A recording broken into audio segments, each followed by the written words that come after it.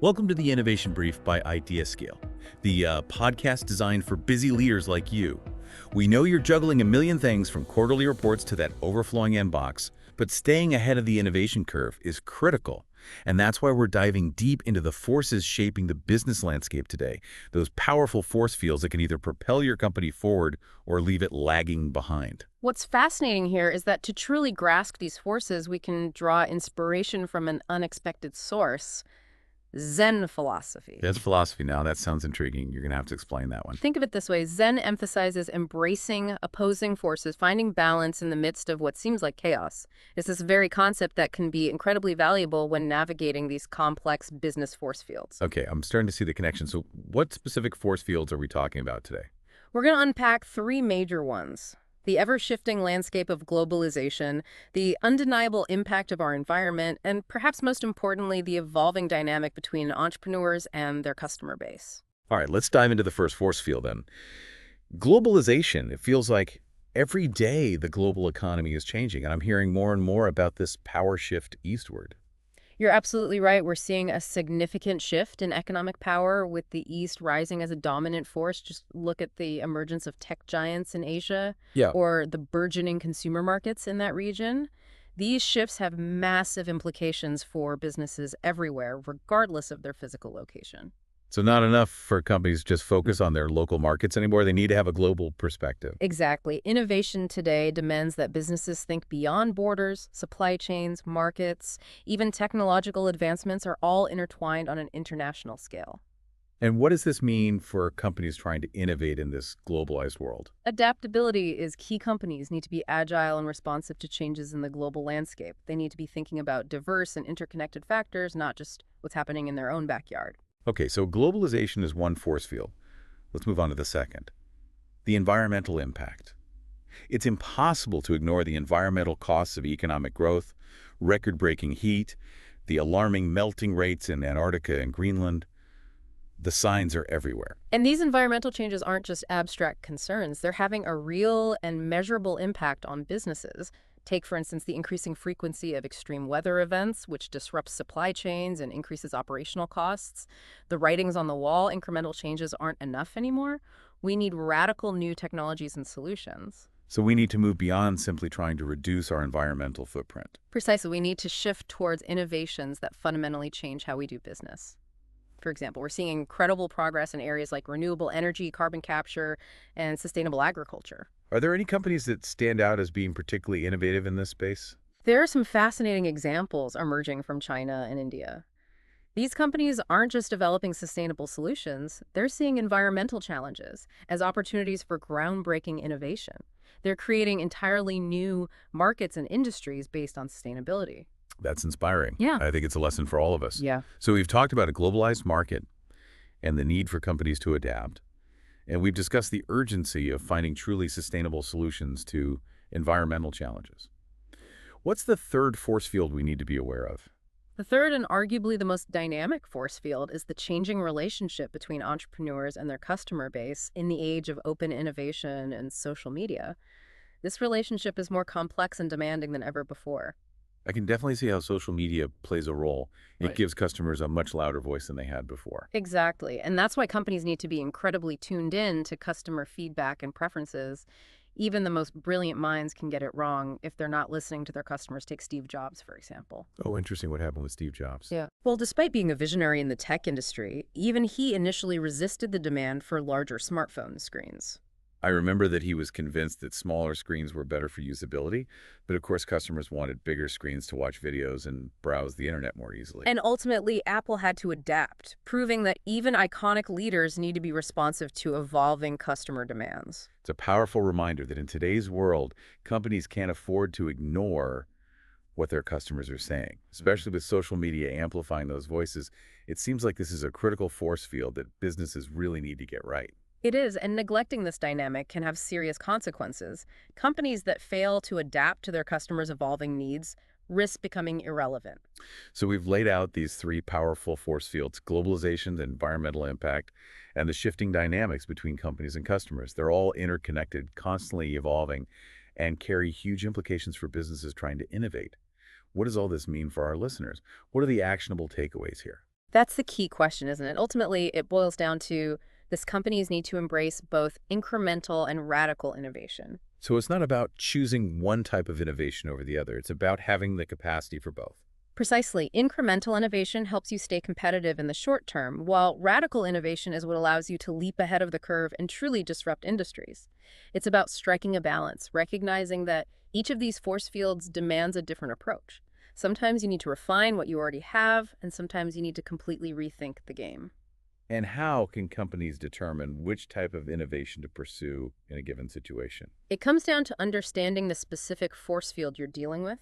For example, adapting to a rapidly changing global market might call for incremental innovation, while addressing the urgent need for sustainable solutions likely requires a radical approach. That makes sense. So it's about being flexible and adaptable, recognizing that there's no one-size-fits-all solution when it comes to innovation. Are there any other key takeaways for our listeners? Another crucial element is collaboration. Okay, that makes sense. But what do you mean by collaboration exactly? We're not just talking about internal collaboration within your teams, we're talking about collaboration with customers, researchers, even competitors. Collaboration with competitors, that sounds counterintuitive. It might seem that way at first, but in today's interconnected world, it's becoming increasingly necessary. We're already seeing this happen with cross-country collaboration on climate change initiatives. Companies are starting to realize that tackling these massive global challenges requires a collective effort.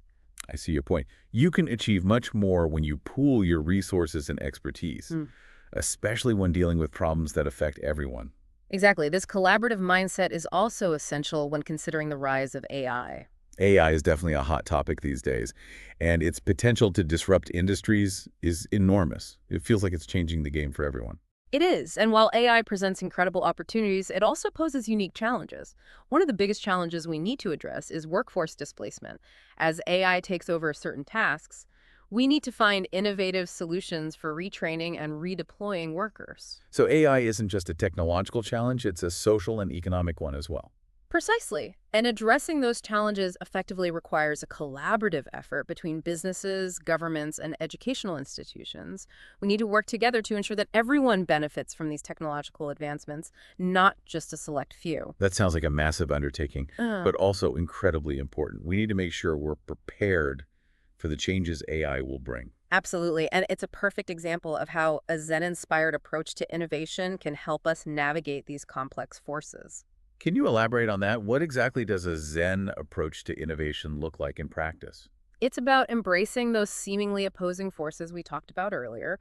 It's about being flexible and adaptable, open to new ideas, even those that seem contradictory at first glance. So instead of getting stuck in rigid, thinking we need to be more fluid and receptive to change. Exactly. It's about recognizing the interconnectedness of things, understanding that every action has a reaction, and being able to adjust course accordingly. That's a really powerful way to think about innovation. It is, and it's an approach that can be applied to any industry, any challenge. It's about cultivating a mindset that embraces uncertainty and welcomes change. I love that. So to recap, we've talked about these three key force fields shaping the business landscape: globalization, environmental impact, and the evolving dynamic between entrepreneurs and customers. We've also explored how a Zen-inspired approach to innovation can help us navigate these forces, emphasizing the importance of collaboration, flexibility, and embracing seemingly opposing forces. That's a great summary. This has been such a thought-provoking discussion. I'm sure our listeners are already starting to connect the dots and see how these forces are impacting their own businesses. I hope so. The key is to be aware of these forces, understand their dynamics, and be prepared to adapt. And remember, you can turn your work team into innovators. Absolutely. It starts with fostering a culture of curiosity, collaboration, and a willingness to embrace change. It's about empowering your team to think differently, to challenge assumptions, and to come up with creative solutions. So great advice. And for our listeners who want to learn more about harnessing the power of collective intelligence and driving innovation, we encourage you to visit IdeaScale.com for a free trial. IdeaScale is an incredible platform that can help you gather ideas, collaborate with your team, and turn those ideas into action. It's a game changer for businesses looking to stay ahead of the curve. It really is. We hope you enjoyed this deep dive into the forces shaping innovation. Remember, new episodes of the Innovation Brief drop every Tuesday and Friday, so be sure to subscribe and stay tuned for more insights. And don't forget to leave a comment below and let us know your thoughts. We love hearing from our listeners. Thanks for joining us, everyone. Until next time. It really is. The power of collective intelligence can't be overstated. And on that note, before we wrap up, I want to leave our listeners with one final provocative thought. We've spent this episode talking about external force fields that impact businesses.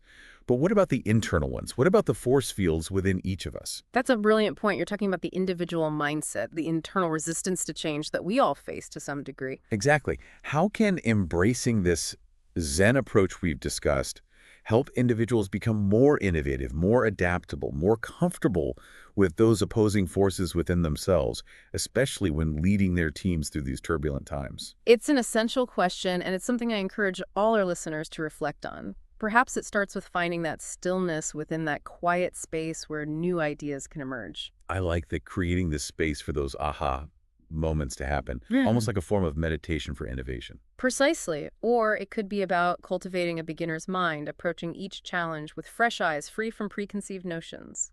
It's about letting go of those internal barriers and embracing the unknown. Embracing the unknown that can be daunting. But I see how it can also be incredibly liberating. It is, and that's where true innovation often lies, in that space of uncertainty and possibility. What a powerful note to end on. Thanks for joining us today for this deep dive into the forces shaping innovation. It's been an insightful and inspiring conversation. The pleasure was all ours. We hope you found it valuable. To turn your work team into innovators, visit IdeaScale.com for a free trial. IdeaScale can help you tap into the collective intelligence of your team and turn those sparks of inspiration into real-world results. New episodes of the Innovation Brief drop every Tuesday and Friday, so be sure to subscribe and stay tuned for more insights. And as always, we encourage you to leave your thoughts and questions in the comments below. We love hearing from you. Until next time, keep innovating. It's been a fascinating conversation today, exploring these external and internal forces that shape innovation. We've covered a lot of ground, from globalization to environmental impact, from shifting customer dynamics to the power of a Zen-inspired mindset. And we've seen how crucial it is for companies to embrace both incremental and radical innovation, to collaborate across borders and industries, and to truly listen to the needs of their customers. Absolutely. But before we wrap up, I want to circle back to something you said earlier about IdeaScale. You mentioned it's a game changer for businesses looking to stay ahead of the curve. Can you tell us a bit more about how IdeaScale can help our listeners turn their work teams into innovators? I'd be happy to. IdeaScale is a powerful platform that harnesses the collective intelligence of your team to drive innovation. It allows you to gather ideas from everyone, no matter their role or level within the organization. So it's not just about the leadership team dictating the innovation strategy, it's about tapping into the creativity and insights of the entire workforce. Exactly. IdeaScale creates a space where everyone feels empowered to contribute their ideas, to collaborate with each other, and to see those ideas come to life. And how does IdeaScale help turn those ideas into actual results?